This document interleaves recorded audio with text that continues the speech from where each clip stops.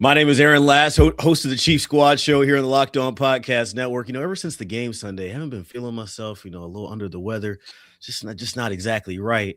Went to the doctor, and he said I have Minshew mania. I'm excited for the Chiefs' backup quarterback to get a test here. We'll talk some quarterback situation, Mahomes, Minshew, and more coming up in this episode. And I'm JC Pearson, and man, Aaron is just ecstatic that the Chiefs lost and are out of it. But man, a lot of talk about Mahomes and his knee, and we'll obviously dive into that and talk a little bit about what we expect from him coming back.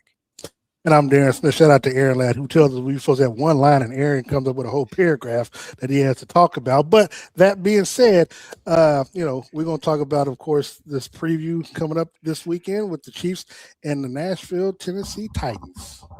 Chiefs Kingdom, stand up. It's the Chiefs Squad. Everything Kansas City Chiefs every week. Breaking down all the big hits and game-changing plays from Arrowhead Stadium, the way only the Locked On Podcast Network can. Squad up. The Chiefs Squad Show starts now. We are back in the episode of the midweek Chiefs Squad Show here on the Locked On Podcast Network. Appreciate you joining us.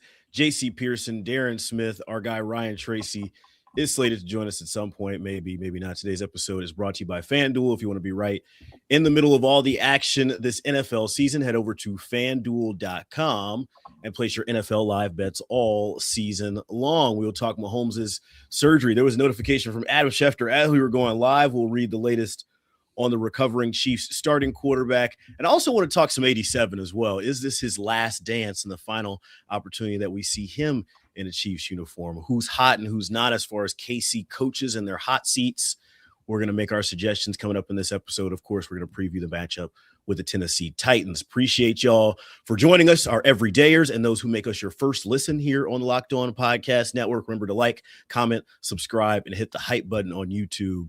We would love to have you join us there as well. Let's just start right with Mahomes' surgery. I believe it was reported as an ACL and an LCL by Ian Rappaport. Both of those have been repaired by surgery already. It was record timing for him.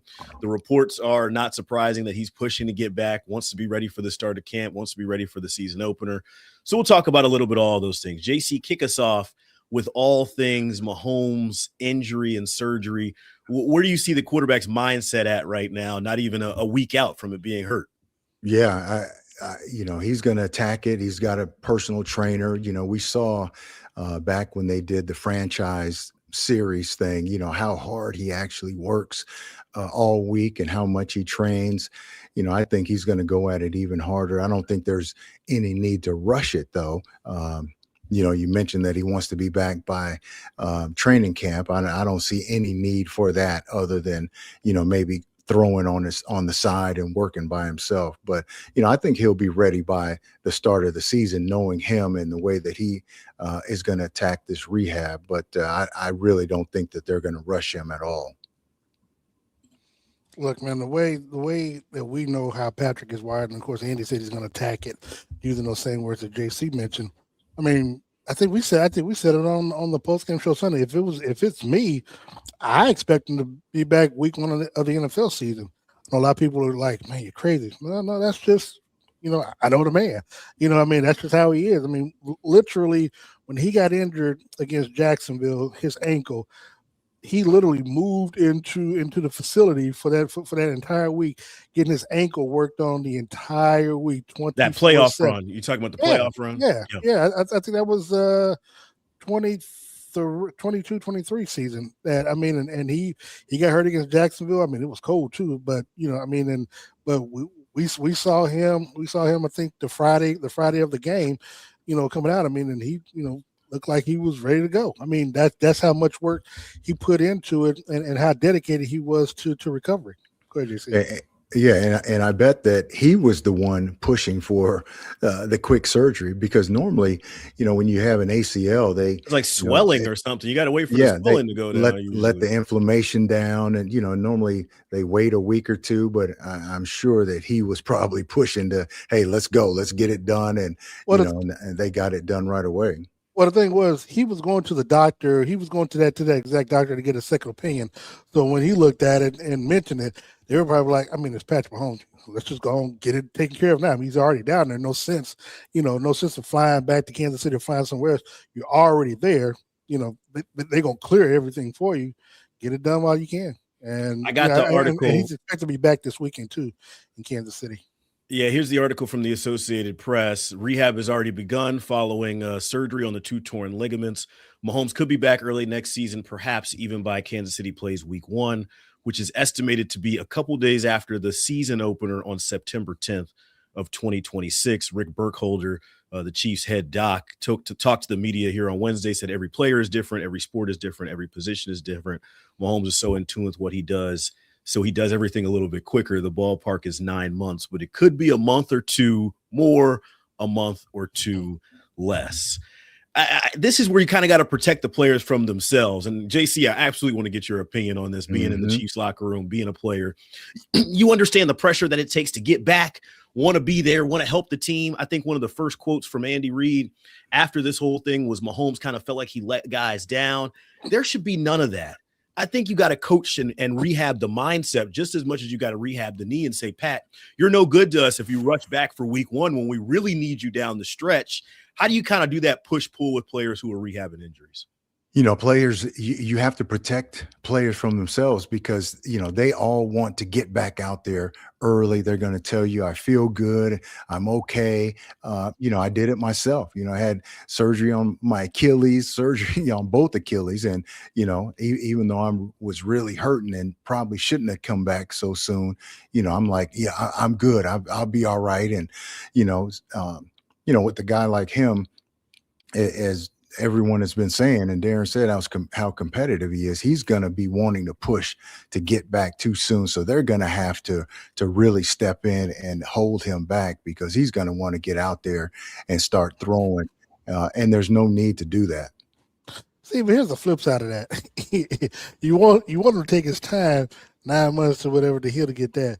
But when it came to that playoff game, here, take my ankle, cut my foot off and put it on his so he can play. On the line, yeah. Darren, ain't no. Right. That's a lot different though. Yeah. No. I'm saying I get it. I'm saying that's the hypocrisy of it all because it's like we want what we want for selfish reasons because of what it means. And again, if he's and I guess this thing about me, like if he feels like he knows his body better than anybody, of course. So if you feel like he's ready to go week 1, and he could be, it could be a scenario where he's actually, because a lot of people think he's going to be running around April or May or whatever, but the actual time where he gets out there on the field and practice and stuff like that, because he's going to have to get in football condition, along the way. Not saying he's take a hit. He got to be able to take a hit. Well, Patrick won't take a hit until the preseason anyway. So I mean, so even throughout camp, he's not getting hit until the first preseason game, and then he's not really getting hit anymore after that because he's not going to be in that many snaps going throughout preseason if that were to happen. So. Well, I mean, it's just really just going to depend on how he responds and where he's at, and they'll evaluate that. Of course, he's going to want to get back, but if there's any hitch in his giddy up, any swelling, any soreness, that's when they've got to protect him from himself because, he's going to still want to go. But, all things being equal and he's feeling good, he's moving well, no stiffness, no swelling, anything like that. I still don't think that he should, come back before the last preseason game anyway, if at that, yeah. So, yeah, we'll see. But, he's going to attack it. He's got his personal trainer and, all the therapy that he needs and all the extra stuff. So, yeah, I have no doubt. And I think, looking back at Joe Burrow, who pretty much tore everything in his knee, I think for week 1. I think he came back in 9 months and was able to play. So, like everyone's been saying, everyone's different. But, if he was able to do that, I'm sure Pat is going to be able to be back sooner than that from these 2 ligaments. And I'll say this, and obviously, I think Aaron, you mentioned something about maybe coming back later on in the season, and Here's week the thing. 4, week 3, week 4. But Aaron, but here's the thing. We already saw what the Chiefs were looking like after week 2 of the NFL season when they were 0-2, and they can never really get themselves back in the hunt. You know, again, I'm just saying, and this is a big if Patrick Mahomes is healthy by the time the season starts, I say let him play, let the chips fall where they may, because you can't play scared. I mean, and you can't, and he's someone that's not going to want to be babied. He's not going to want to be in the low management. If he plays, he's going to want to play. You just got to let it ride out. I'm just 2 things that I'm hoping for. Obviously, he changes up a little bit about the way he plays, but by doing that, I'm hoping that they figure out a way to tear this team down to his studs and get everything in order before he returns, i.e. the offensive line. If you're going to have a run game, if you're going to add additional quality star receivers on this team, and of course we'll get to it whether Kelce returns or not. You know, I mean, he needs to make. We need to make sure. When I say we have, I mean the organization needs to make sure that Patrick is surrounded by top quality athletes. And people talk about how they keep putting the offensive line and stuff together. But again, I go back and JC, I think you agree with me on this, but I'm someone who has never been comfortable having a young player be Patrick's be his blindside protector. I'm give me someone like a Trent Williams. I know they try to get him, but they couldn't. But I need a stud veteran versus a rookie or second year player protecting Pat, because that's the church's tithes and offers right there. And it baffles me why they can never really get that position sold up properly.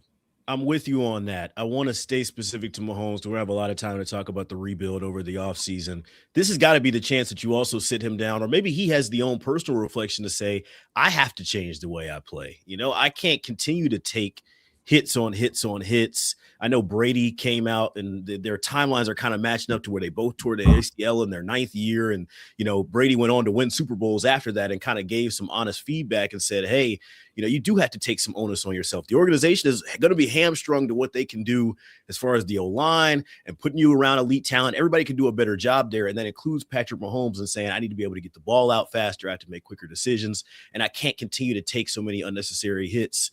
Not that this was a play that was caused by a hit, but him moving around as much as he does makes him susceptible to those kind of lower leg injuries. But Patrick with the hits, a lot of that again comes from the play calling. I mean, the play calling. I mean, because you really wasn't trying to run the football, and then when the running backs wasn't working out, he had to run the football.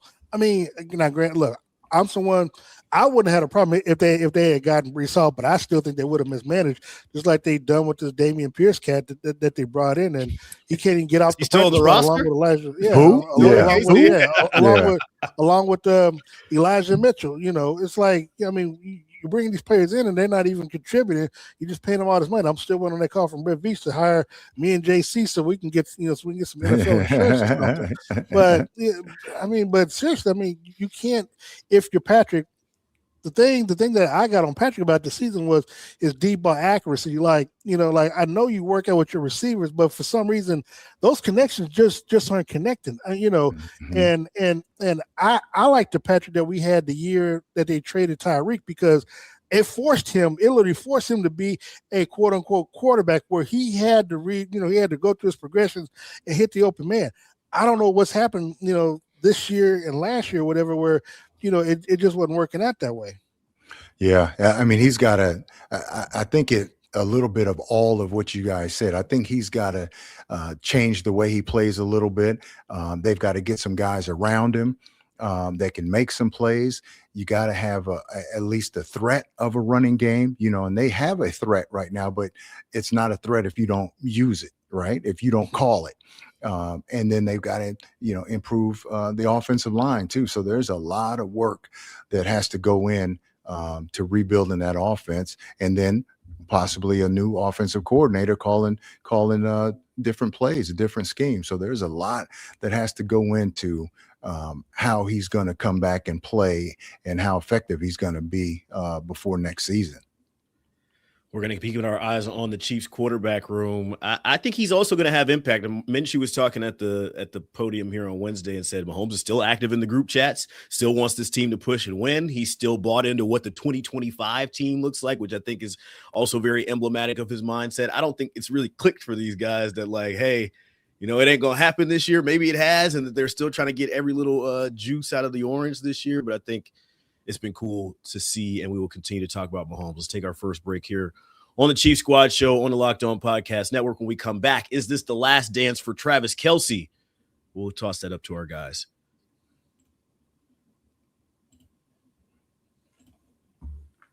Ever feel like your money just disappears every month? It happens fast. A few subscriptions here, an impulse buy there, and suddenly the numbers in your bank account don't match the numbers in your head. Rocket Money helps you get clarity, track every dollar, and stay in control of your finances, because managing your money shouldn't feel like a second job. Rocket Money does the heavy lifting for you so you can save more and stress less. I like how the Rocket Money app automatically builds budgets based on past spending. It keeps you on track without overthinking it. The bill alerts and spending notifications help you catch small things before they turn into big expenses. Take control of your finances and cancel your unwanted subscriptions with Rocket Money. Go to rocketmoney.com/lockedon today.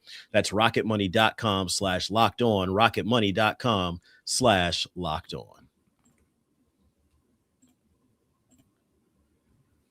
Back in on the Chief Squad Show here on the Locked On Podcast Network. Aaron Ladd, Darren Smith, and JC Pearson talking some Mahomes into Kelce. One of the questions that was posed, and this could be a quick starter for us, Darren, maybe you could take this one. Have we seen the last connection between Mahomes and Kelce? Oh, boy, that's a $54,000 question, huh? Yeah. If I had... Again, it depends on Mahomes' timetable. If he feels like he can be back by the start of regular season, question is whether or not the real question is whether or not Travis Kelce wants to go through all this all over again. I mean, look, and I did some Nashville radio today, and that was one of the questions they asked me. Right? That was one of the questions they asked me about. He said, right. Big timer. We see it's all good. But they remember were us asking little me, people when you blow up. Oh, stop it. But they were asking me if I thought that Kelce would return, and for me it's just like I want to see how Kelce responds these last three games.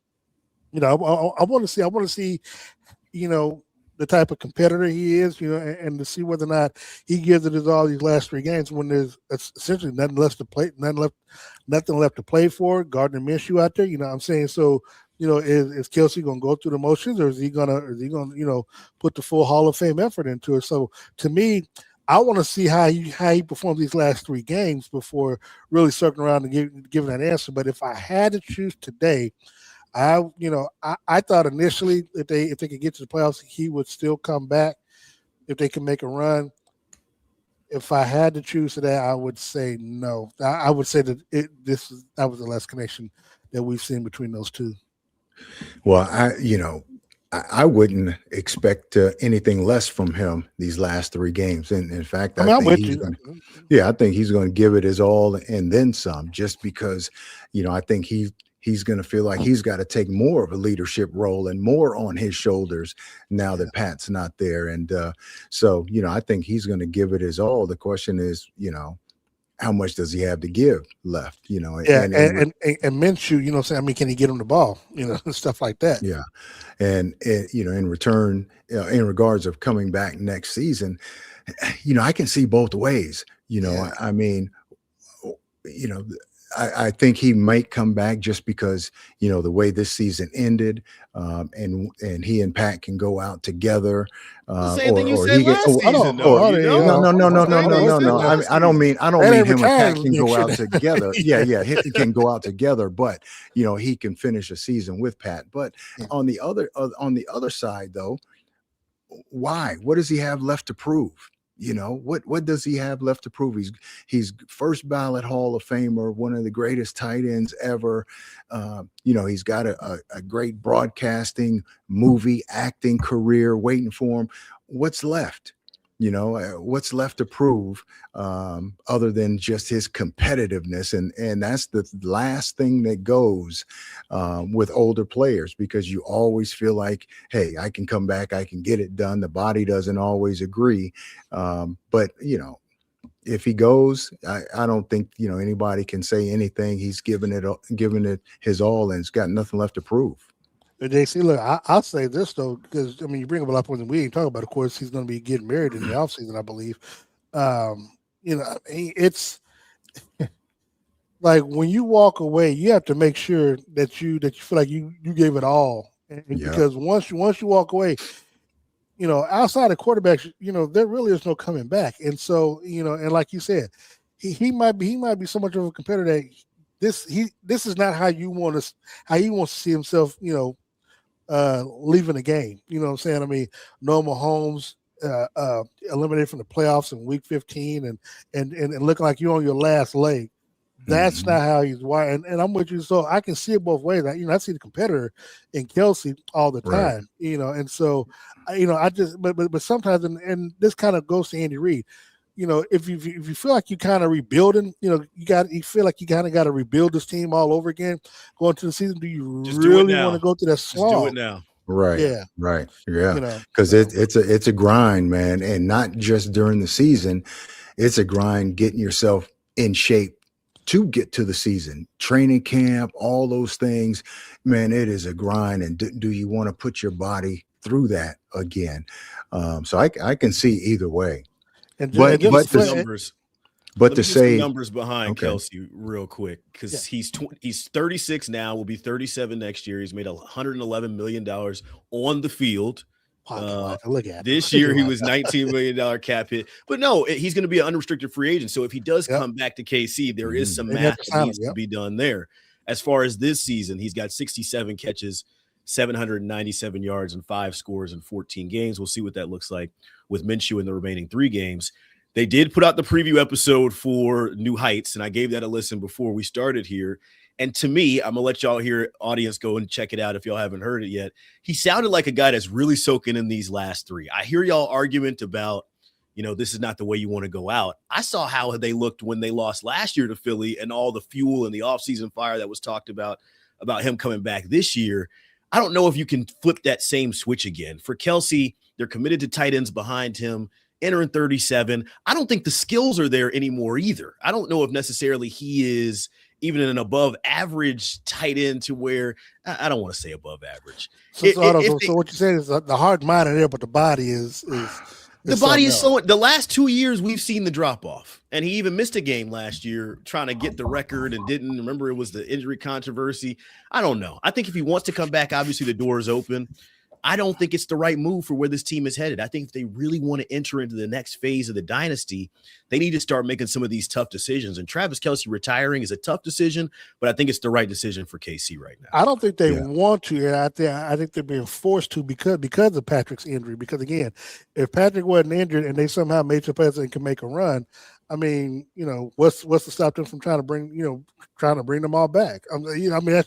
That's just how. I mean.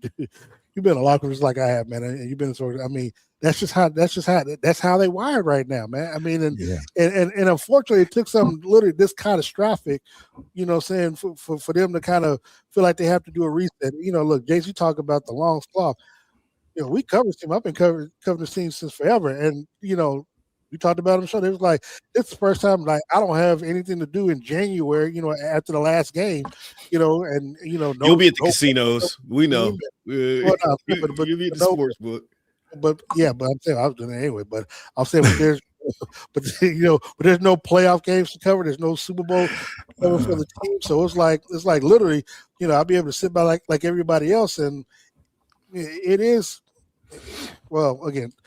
When you look at how the Chiefs have spent their last 5, 6, 7 seasons, they've played well into the last week of January, first, second week of February. I mean, that's a long time. And didn't have to turn around, 2.5 months later and start camp all over again. That's a lot.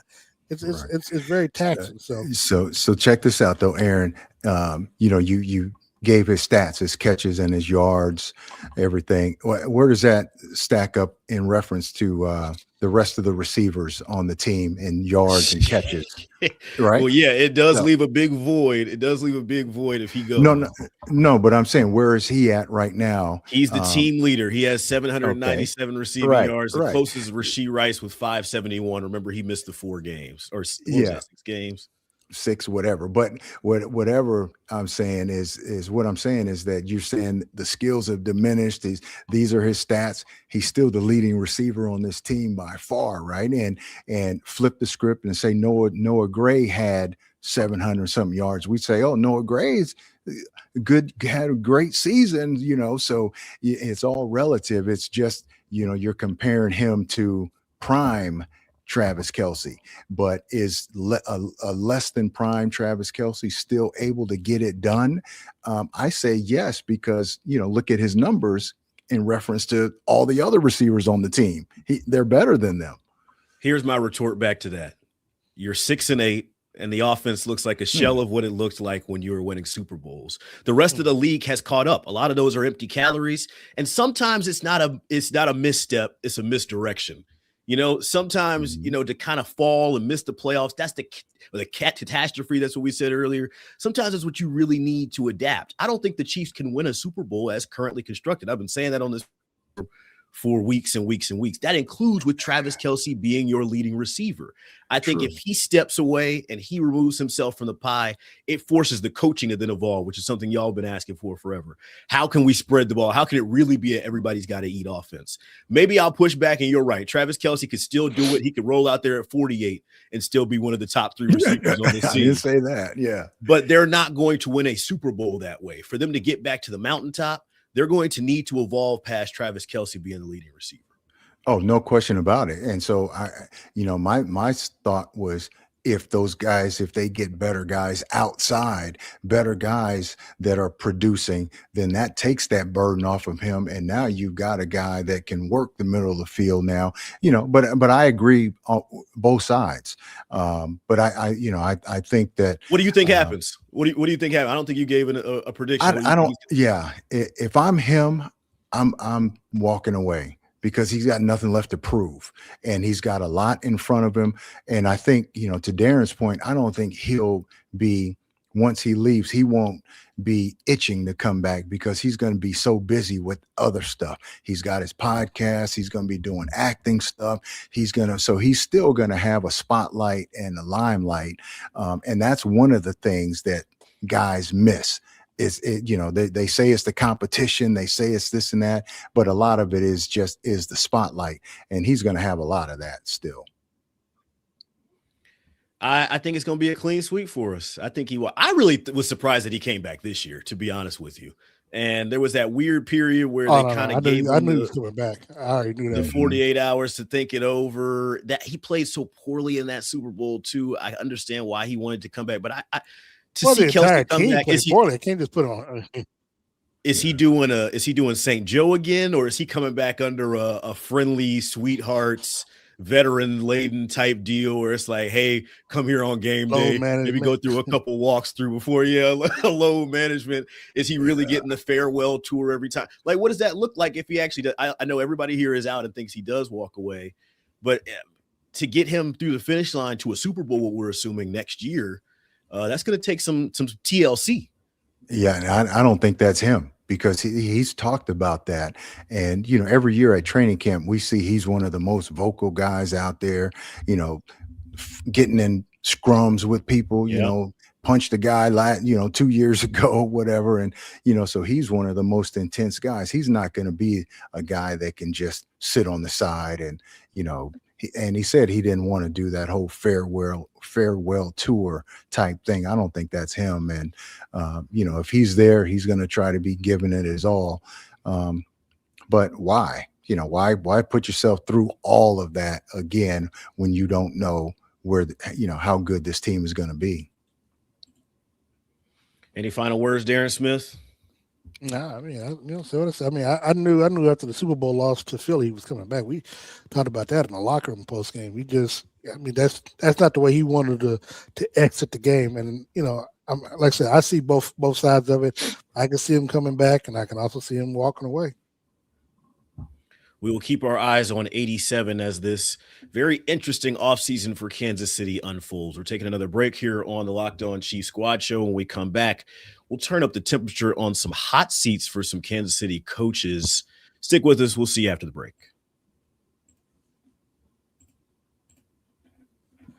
FanDuel, NFL Sundays move fast, one big play, and suddenly everything feels different. That's what makes live betting with FanDuel so exciting. You're not just watching the game, you're reacting to it in real time. With FanDuel, you can place bets as the action unfolds. Every drive, every momentum swing, every highlight moment. Live betting is best when the game starts to shift, a receiver gets hot, a defense tightens up, or the momentum flips after a turnover. FanDuel lets you jump into the moment. Live spreads and money lines adjust instantly. Player props update as guys heat up. You can bet next touchdown scores, drive results, totals, and more. It keeps you locked into every snap, every drive, and every possibility. We're on a little bit of a run here with these. I'm going to start calling them Lads Locks. Here's Lads Locks for this week. Chiefs at Titans. I got Kareem Hunt for a first half touchdown plus 370. I had to double check that number.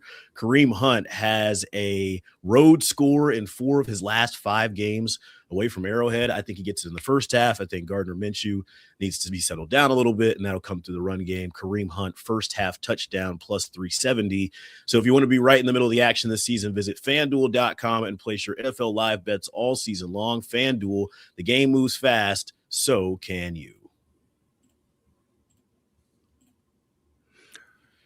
Chief Squad Show here in the midweek. Aaron Ladd, Darren Smith, and JC Pearson previewing this Chiefs versus Titans game. I wanted to do some temperature checks on some members of the Chiefs coaching staff. We did a little bit. Wait. First of all, though, what does plus 370 mean?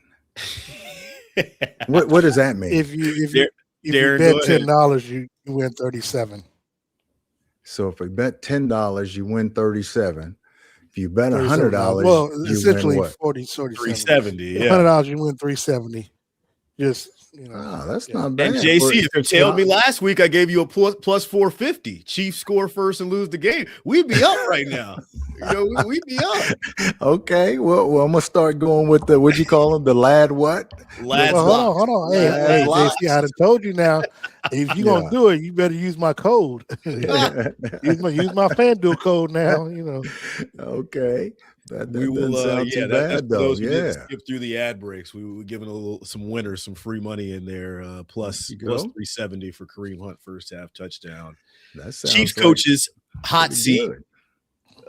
We talked this name before. I wonder if y'all feelings have changed on Matt Nagy. Where's the hot seat at there? Is he welcomed back in 2026? Does he have a job, or is he getting a pink slip at the end of week 18?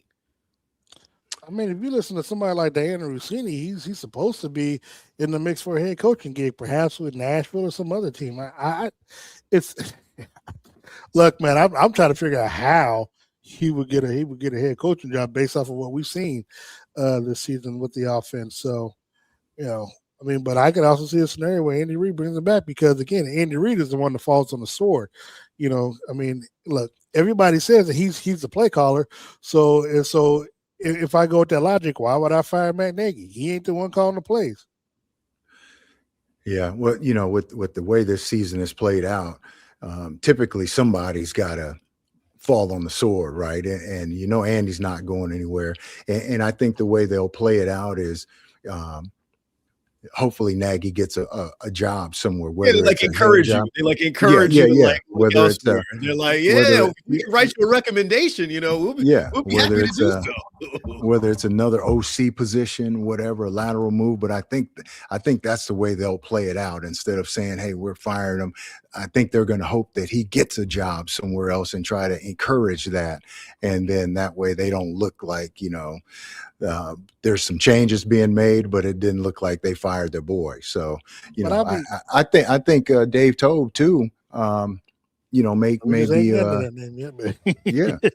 Toub may be on the spot. That was going to be the next name on my list. Yeah, simply but because Go ahead. No, I was gonna say I'll say this about Matt Nagy before we move on to Toub, is that at the end of the day, if Andy Reid is still going to be the guy calling the plays, it's not even going to matter if you let him go and you bring somebody else in, whether it's Mike McDaniels, people keep throwing his name around. It's like it's not going to matter if Andy Reid is going to be the one calling the plays. Like if Andy Reid is not going to allow the OC to be the OC, see what Andy needs to do, which it's hard for him to do, which I get because he puts so much trust in Spags, and deservedly so. Spags, he let Spags run the defense when Andy probably never goes into the defensive meetings or anything like that. He's just worried about the offense and the administrative stuff, to where,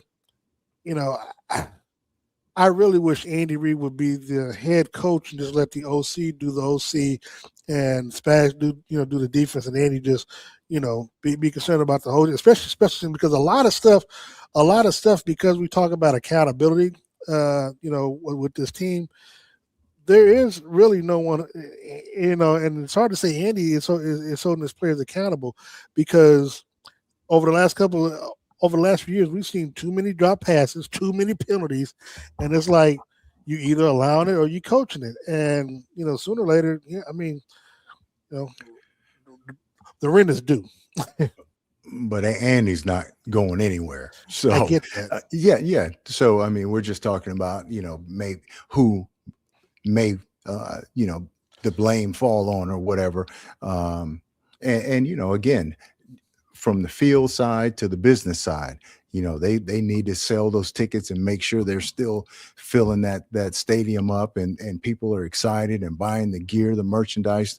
And the only way to do that, number one, Patrick's coming back, but number two, now we got a new offensive coordinator, so we can do this. We're going to look towards this. Obviously, they're going to get more plays and whatever, but they're going to have to sell tickets too, and that's the, when it all boils down, that's the number one thing. Here's where I think the loyalty question gets tested. We talk about a lot of that when we talk about Andy Reid and the coaching staff. Dave Toub, been in Kansas City 13 seasons, added assistant head coach to his title in 2018.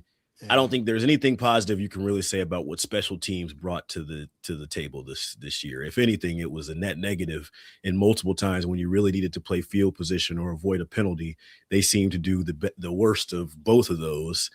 Is this the person that falls on the sword? Do you play it out to where, okay, let's see what happens with Matt Nagy. If he gets a job, great. If he doesn't, we'll keep him and then use Toub as the scapegoat. I'm with y'all.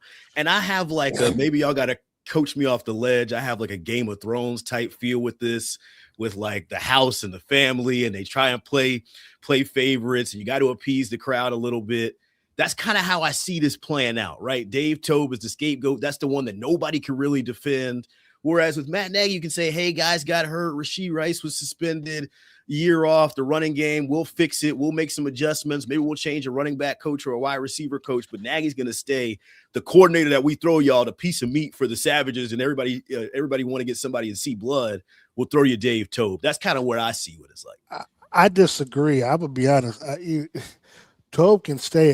To be honest, I think if someone falls on the sword special teams, it would end up being Harrison Butker stepping away and retiring, because missing 8 field goals, a lot. Yeah, you can blame Toub for the kickoff and that type of stuff, but them kicks that really had those adverse effects on the game, especially in Jacksonville, where he kicked the ball out of bounds at the end of the game and gave Jacksonville such great field position. Little stuff like that, that Harrison Butker, which I know to a man, holds himself accountable for that. But now the greatest accountability is going to be what you do at the end of the season, because and a lot of people wondering whether or not he exactly healed after last season. I think he did, because it was enough time, since the Super Bowl for him to heal up. But I can see a scenario where Toub is still here, but Harrison Butker is the one that ends up, they figure out a way to get out of his contract. Now it will still be a cap hit, but I'm saying it'd be a cap hit. But if he retires, I think you can do some, I think you do something with his money about that. But again, I just think that I think Toub sticks around, but Harrison Butker is the one that ends up biting the bullet. I don't think he'll retire.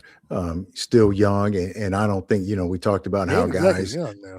Well, He's but 30. I mean, I just looked it up. He's 30 years yeah, old. that's pretty Already young. good. God, he Yeah. looks older than He'll be that. he'll be 31 by the time next Okay. season starts. Okay. Yeah, and having the season that he had this year, I think he will be back. I think he will be trying to prove himself or reprove himself. But I can see where Toub is the fall guy, because not only the kicks and they didn't get that straightened out, but all the penalties on the special teams, no real big returns, right? I don't think they had any Yeah, returns for touchdown this year. yeah, Well, last year, I exactly. have to think about it. It's been a minute Or since into they've plus had territory. Yo, just Yeah. get on the And other then- side of the 50. It's Yeah, been a minute, man. God. yeah, and then Bring you back look Darius at Tony. hey, we thought that was so bad, but hey, in hindsight, God, right? right. Yeah. In hindsight, it may not have been so bad, but yeah. So I can see, all the, when they sit down and look at all of those things that, maybe they need to hear a fresh voice. Maybe they just got tired. Like you said, he's been here for 13 years. A lot of those guys are veterans, and after you've won so much, not only as a player, but as a coach, things kind of soften up a little bit, and, maybe I'm not my attention to detail is not as it was. And maybe I'm not as hard ass as I was early on, and, and things like that. So maybe, they may say that they need to hear a fresh voice. So he may be the guy. I also wanted to name some smaller positions, and I'm going to name 3. Y'all get to keep 1. How about this? Name 3, keep 1. We'll go with offensive line coach Andy Heck. We'll go wide receivers coach Connor Embry, who was on the hot seat last year or 2 years ago. I remember that. And then defensive line coach Joe Cullen, who was one of my favorites when I was there. Keep one of those. Not like we're trying to get everybody. Keep that trade. Yeah, this is the holiday season. We don't like seeing anybody getting laid off, but these are position groups that have had their eyes on them. Just our eyes. Man, JC, you want me to go? First? Yeah, I think Embry is gone, right? Wide receiver coach. Yeah, I think Embry's gone. He's yeah. I think the other 2 are still here, to be honest with you. The offensive line coach, when you look at all the different lineups, all the injuries, I think Andy has done a decent job trying to get those guys, that patchwork offensive line there. And then, you get a guy like Issa Pole, who, never played. You get him up and ready to play, and, and all that. And so Chew, Godric, him also. So, I think Andy's did a good job. In terms of Cullen, I mean, you see it's really on Chris Jones. Chris Jones is the difference maker. He's the guy up there. When he wants to play, it's a whole different vibe up there, whole different performance on the offensive line. I like what he said when he wants to play. Yeah, but Dana, he doesn't have anybody next to him either. They got to go get somebody. They get some Frank Clark's on their team. They got to get some guys out there, and the guy that's got to have a better year, obviously is Karlaftis, no question about it. And Chris, to much is given, much is expected, and it wasn't there. So Chris was in spurts. So I think those Chris 2 had the worst defensive stats in the game. I think he only registered a quarter. Yeah, I think he only registered a quarterback hurry. Like no tackles. I thought he had 8 pressures or something. Nope. He was out there doing cardio according to the stats in last week's game. Will Steve Spagnuolo be back in 2026? That's not a hot seat necessarily. I saved it to the end. Obviously, he's another one where we think the door's open if he wants to come back. Does he want to come back? It's funny because all the players, most of them who came when he was drafted, that's all they know. They only know his system. And he's the toughest one because he still like Matt Nagy wants to be a head coach, but I've always said that right now the league isn't trying to hire old coaches or older coaches any longer. I mean, if they get the hot new coordinator, Pete Carroll would like a word. Well, Pete Carroll's probably going to be no. Pete Carroll's going to be out of a job at the end of this season. So but I'm saying, but he's an exception to the rule. But yeah, but again, I just don't see. I don't see a scenario where he gets a coaching job. So I'd like to send back. I think he comes back. I mean, the doors are look for him. The door is open because I mean, I think they still got a top 5, top 10 defense. So I think he's back if he wants to come back. Even with the way you talk about Chris. Wow. They do have on yards per game. They are 8th. JC. Seriously, when I was on the Nashville station, they were asking me about the defense of Chris Jones, and I'm like, it's hard because they got a top 10 defense, but it doesn't look like it when you watch the game because all the tackles are being made by either the linebackers or the defensive backs. You know what I'm saying? But when you go and see what Chris Jones and Carl Austin them do, the highest paid players are doing. It's not registering. So I can't balance it. I can't balance the two. JC, you got give us your thoughts top 10 defense, and the defense don't look like it's on to play. I think I think Spags is back. I think it's hard for him to get a head coaching position in a down year. I think his time was, when they were going to the Super Bowls or winning the Super Bowls or whatever, and now they're, 6-8 right now.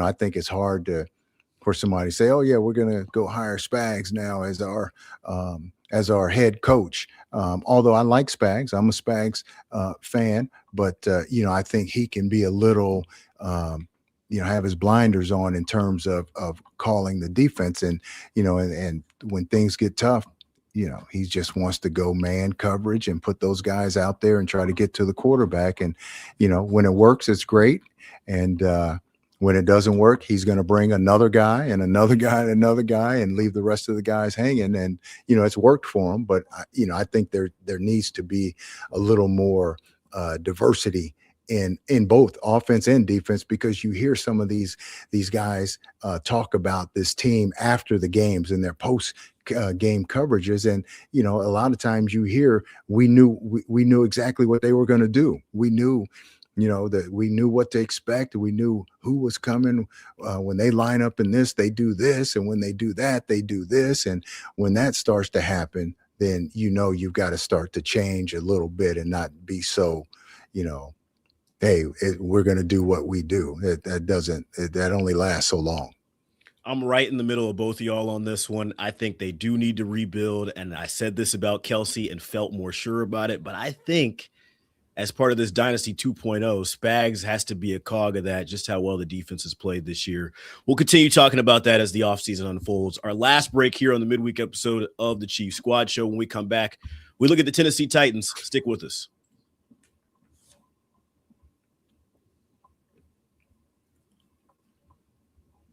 Back in on the Chiefs Squad Show in the midweek, Aaron Ladd, Darren Smith, and JC Pearson previewing this matchup between the Chiefs and the Tennessee Titans. Head coach Andy Reid is 3-9 against the Titans in his head coaching career. He's 3-5 since joining the Chiefs in 2013. I thought that was an interesting stat. Not sure it means much for this matchup. Just some guys on the other side that I've had. Better not. Some guys I've had. Well, hey, and actually, and y'all are going to hate me for this, so I'll just go ahead and kick it off. Why not? There's no need to win this game. There's absolutely no need to win this game. Now, should you go out there and dog it? Absolutely not. You're a competitor. You're strapping up in the NFL. You're living on a kid's dream, as Travis Kelce said. Go out there and give it your all. But a competitive loss is the best case scenario here. You want to climb up the draft board. You want to get the best picks possible so you can help accelerate your retooling process. What are you going to need when come draft time? That extra win against Tennessee that made you feel good? Or do you? I get it. Tennessee is terrible. We're going to look at their numbers a little bit later. But the win here benefits you nothing but your ego. Yeah, I can see that side. But if you're Tennessee too, you're probably saying, "Hey, we want to lose this game too because we want to keep our top draft pick." So you might have two teams out there, point shaving, both trying to lose. But no, in all actuality, though, this is a game where you want to go and play well and you want to win. If it doesn't work out that way, it just makes it that much worse. The season feel that much worse if you lose to a 2-12 Tennessee Titans team. So you don't want to do that. Yeah, and I don't think they will do that. But by no means are they gonna go out there and try to lose this game or not give the effort. I don't think that's going to happen at all. I'm interested in this game, seeing Andy Reid actually have to coach, instead of relying on the talent of your quarterback. I mean, he's going to dust off the Alex Smith's playbook, to me, to be quite honest. I mean, because think about it. I don't think they're going to be without Tyquan Thornton. They're going to be without Rashee Rice, who are in concussion protocol. Mm-hmm. So I like to see them.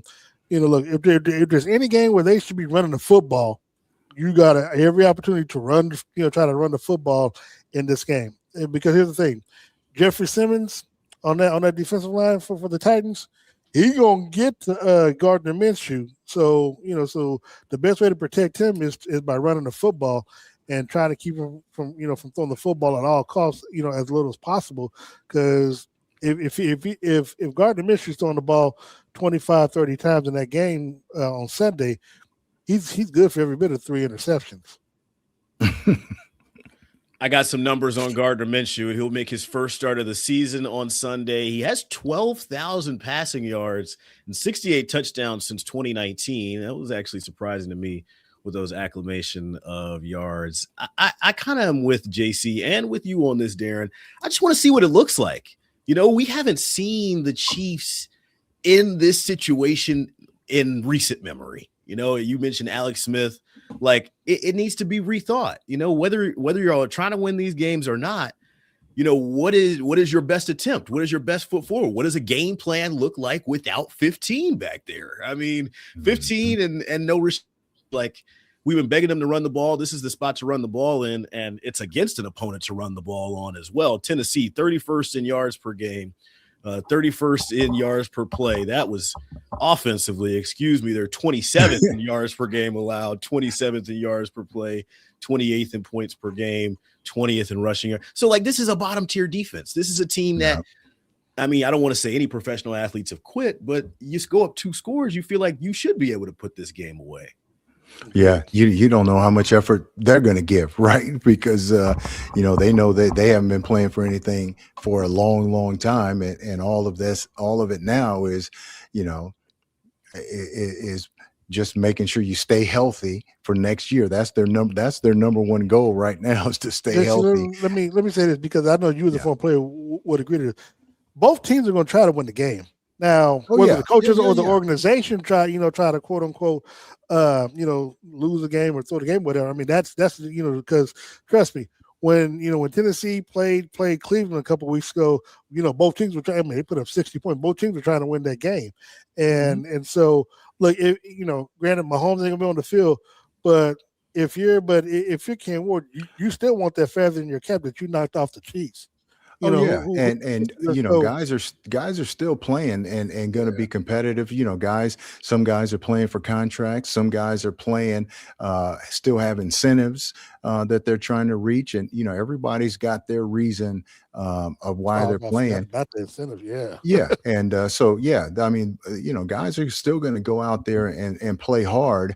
But, the number one thing that they're thinking, though, too, while they're doing that is stay healthy. Don't get hurt this late in the season, in a season that doesn't mean anything.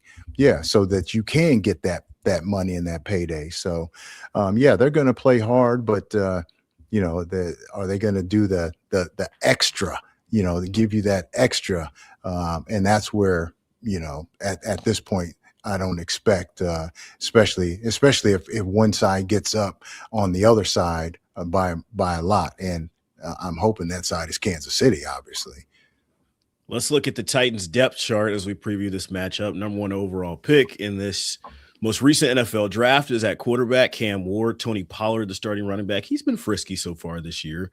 Elik Iomanor and Shamir DK, along with Van Jefferson, who's currently questionable, are their skill position players. Let's go on the defensive side of the ball. You mentioned Jeffrey Simmons, Tavondre Sweat, Arden Key. I'm reading down the names that I know. It's getting thin here. This is a homecoming for some guys. L'Jarius Sneed, I know he's on IR, but he's a guy that has KC ties. And then remember Mike Borgonzi's over there in Tennessee now as well. We're talking about both teams trying to lose. I wonder if there's I wonder if these two sides shake hands and they're like, hey, good luck today, buddy. Hope it goes your way. Yeah. But yeah, they're going to go out, and everybody's going to have their reasons, whether it's incentives, whether it's whatever, or just want to put some good film, on good plays on tape. So, there's going to come out and play hard still. And, it's going to be interesting to see how well this offense does, though. How many points are we going to be able to score? Are they going to just try to let Gardner wing it? Are we going to run it? We're down players. It's going to be interesting to see. Mr. FanDuel, Mr. DraftKings, what's your we can go ahead and get the predictions kicked off if you want to let us know which way you're riding on your slip this week. Well, that's a good question because I haven't really put I don't even know if I can bet on that game Sunday because I might have Kansas City losing. I think what? Chiefs are 3-point favorites. Hold on. The Chiefs are 3-point favorites on the road against the Tennessee Titans. Yeah, well, see, my problem is that I don't know who all is going to be out for that game because you got to remember, I mentioned the two wide receivers being out, obviously Mahomes being out, and I'm pretty sure Jawan Taylor and you look at Travis Smith, I don't think they're going to be playing either. So the Chiefs are going to be without a lot of players. And then, of course, you look at on the defensive side, they'll be without Leo Chenal probably. They'll probably be without Trent McDuffie again. So the Chiefs are down a lot of players. So this game's at home for them. I see Tennessee Titans winning. That's finally. Welcome to the dark side. Well, come on over. But hold on, but here's what I'm torn at because, like you all have said, Tennessee is trying to keep that number one draft pick. So of course, you can see Kansas City winning. I don't have faith in Gardner Minshew. It just, hell, I couldn't, we Why couldn't not? get him to. Well, one, we couldn't get him to just put the team in position to kick a field goal, but before throwing an interception, he's a veteran NFL. Look, we got on Shedeur Sanders coming in the second half against Baltimore. As a rookie. Shedeur mentioned it was coming eventually. So I'm just saying. So we get on Shedeur. What did Gardner Minshew show us? You know what I'm saying? Come on now. Do we see Oladokin? That's honestly, that's what I would like to see. Because look, he's been on the team for the last 3 years. No, let's see what he's been around forever. Yeah, stealing money. More power to him. But but he's stealing money. More power. He's hold on. Look, I'm glad you said it again. This would be a good time to see Elijah Mitchell, Damian Pierce, all these other players that they signed and paid that they're not getting anything from. So Merry Christmas. I could see. I can literally see the Titans winning, but if you're trying to keep the number one, which I get for them, if you can keep the number one draft pick and then trade off with somebody where you're gonna get a haul for that number one pick because they're gonna be needing a quarterback and Mendoza or somebody like that, then I guess the Titans can find a way to lose, and and the Chiefs win. Find a way to lose, man. I think they're terrible. So I think the Chiefs win, even though I'm not sure. I think it might be a 3-2 ball game. Oh, I'm not. I think I'm gonna go. Watch. I'm gonna go like. I think I'm gonna go like 23. They can't score 23 with Patrick Mahomes. How are you gonna score 23 with Gardner Minshew? Because you playing the Titans, and it's gonna be a different deal. Watch. They're gonna run the ball. It's gonna be a whole different deal. And they're gonna. What? Cam Ward's gonna throw him a couple picks. Do not practices on Wednesday for Leo Chenal, Trent McDuffie, Jalen Moore, Rashee Rice, Jawan Taylor, and Tyquan Thornton. That was Wednesday. We'll monitor those availabilities as the game gets closer. Y'all know the way I'm riding with this. No, you're not. Now. I can't switch now. Then I think, and it would have been different had Pat been out there, but I think the wheels completely fall off at this point. oh in my time. God, it would be real Uh, bad if we lost to Tennessee. Look, Oh, and I can't we see were it. talking about on the intro, try and lose the game. I think Casey could try and win the game and still end up losing. It's no guarantee that if they put their best 11 out there and put their best foot forward, that Cam Ward doesn't have something in his back pocket for him. Hey, look. Final thoughts before we get out of here. Look, man, they scored 13 points against the Chargers. I mean, with Patrick Mahomes being the only offense that game, you don't even have him in this game. I mean, this game is going to force Andy to coach in a way he hadn't had a coach in a long time. So, I mean, prove it to me. That's all I'm saying. Prove it to me. But that's why I'm not betting on this game at all. I'm not touching this game Sunday. I'm not touching it. Yeah, I'm going Kansas. I'm going Minshew. Yeah, I made. He's got the mania. Bro, you better have a fake mustache on or something next week. Yeah, I'm gonna go 20. I'm gonna lower it then. I'll go 20, 20-13, Kansas City. Watch. I'd have had more respect had you just at least said 14 to 13. You know what I'm saying? Where Kareem scores two touchdowns or something. It's gonna be more than that. I'm telling you. Watch. Oh God. The Chief Squad show in the midweek is history. Remember, we will be live after the game. I want to hear your pick, Aaron, and your score. I gave my pick. I'm going Tennessee. I'll go Tennessee 17-14. Tennessee 17-14. I'm riding 17-14. Minshew scoring more points than Mahomes, but that's just criminal. Well, different teams, though. I don't care. We will continue this dialogue. Remember, we're after the Daily Show. We're 30 minutes after the Daily Show after post game. Check us on YouTube and all of the podcast streams. We will see y'all next time.